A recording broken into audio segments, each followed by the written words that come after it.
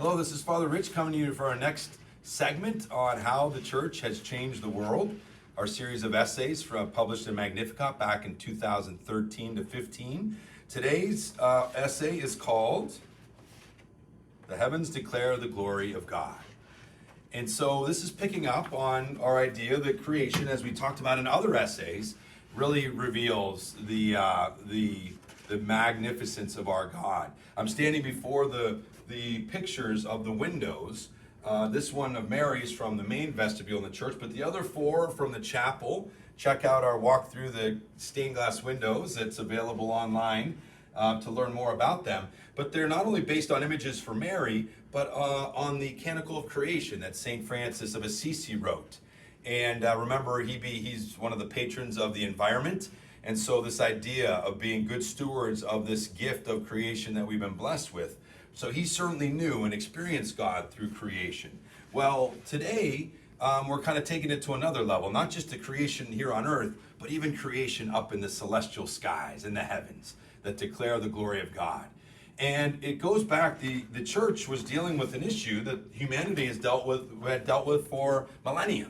I'm holding a calendar of the liturgical season, which again walks us through Advent, Christmas, Ordinary Time, Lent, and Easter.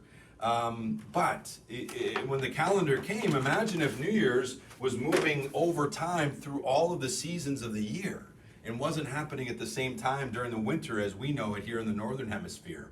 But that's what was happening for humans way back millennia ago. And so the calendar they had was a 360-year calendar. And eventually the Egyptians bumped it to 365. That was more accurate. But they were still finding over time that days were moving slowly through the seasons. So eventually, Julius Caesar in 65 BC, as he got more exposure and the Romans got more exposure from the Egyptian understanding of astronomy in the skies, they eventually established the Julian calendar that created a leap year every fourth year.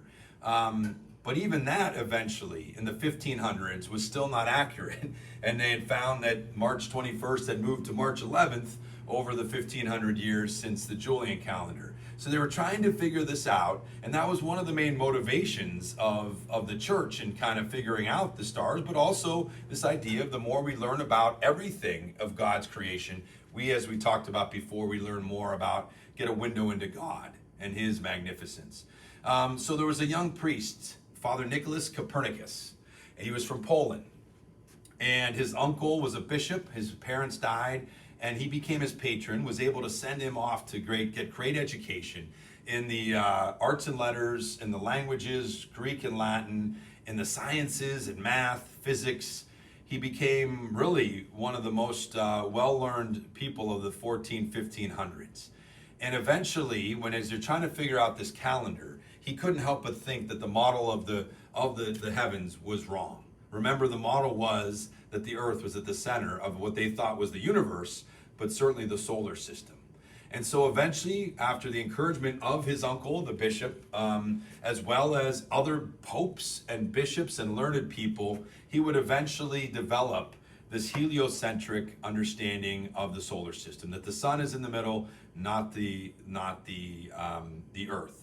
And after he died, one of the Pope Gregory's, I think the 8th, was able to officially incorporate this accurate understanding of the solar system into the calendar, and they created the Gregorian calendar we have to this day, in which I believe it's every 300 or 400 years we skip a leap year on the century. So just in 2000, we actually kept the leap year, but in 1900 and in 2100, they'll actually skip the leap year to keep the calendar accurate. Okay. So anyway, so this was the influence of Copernicus, and he didn't publish everything, or he was reticent, not because he was concerned he'd be questioned by the church, who always encouraged learning and the sciences. They were the ones that started the institutions that found these things.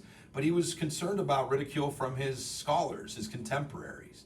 But eventually, after all the prodding, he kept writing, and then published some writings as he was living. And then right before he died, he published the most significant book that would really propose the heliocentric approach. Now, unfortunately, the church, after it initially accepted this theory and was being taught in some of the Catholic universities, due to influence from many people, secular, but also Protestant thinkers and theologians, that, remember, that was just starting as he was living in the 1500s, as well as other skeptics, the church kind of eventually rejected that perspective. It outlawed that book that Copernicus wrote, and wouldn't really lift that prohibition for a couple hundred years.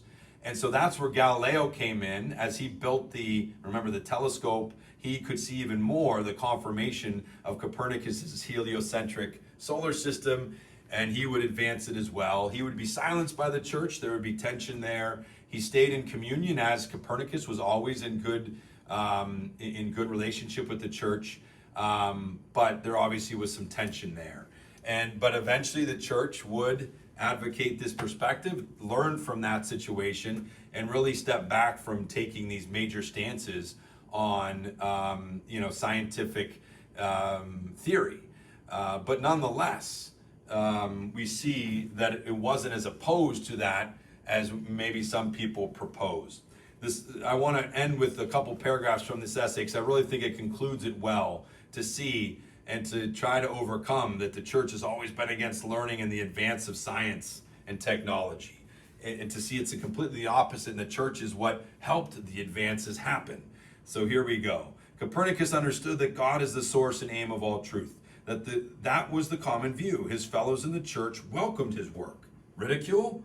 What deserves your ridicule is the idea that the church was ever afraid of learning. She invented the universities, preserved the works of the great pagans, and built schools in every diocese, many providing instruction free for the poor. She inspired and commissioned the greatest artists the world has known. Michelangelo was among the thousands, and he was a contemporary of Copernicus. Her monks turned northern Europe into a garden of grain and fruit, making agricultural, medical, architectural, and mechanical innovations for more than a millennium. Her main purpose, the church, was to lead men to God, not to teach them farming, arts, and letters, statesmanship, and astronomy. But she could hardly have done more if she had been established solely for those purposes, and no institution in history has done more. The church, here to bring us to Christ, brings us blessings for this world too. All nations are in her debt. If only we could realize that, if our culture and our world could see that, what a debt we owe to the church for what's helping get us where we are.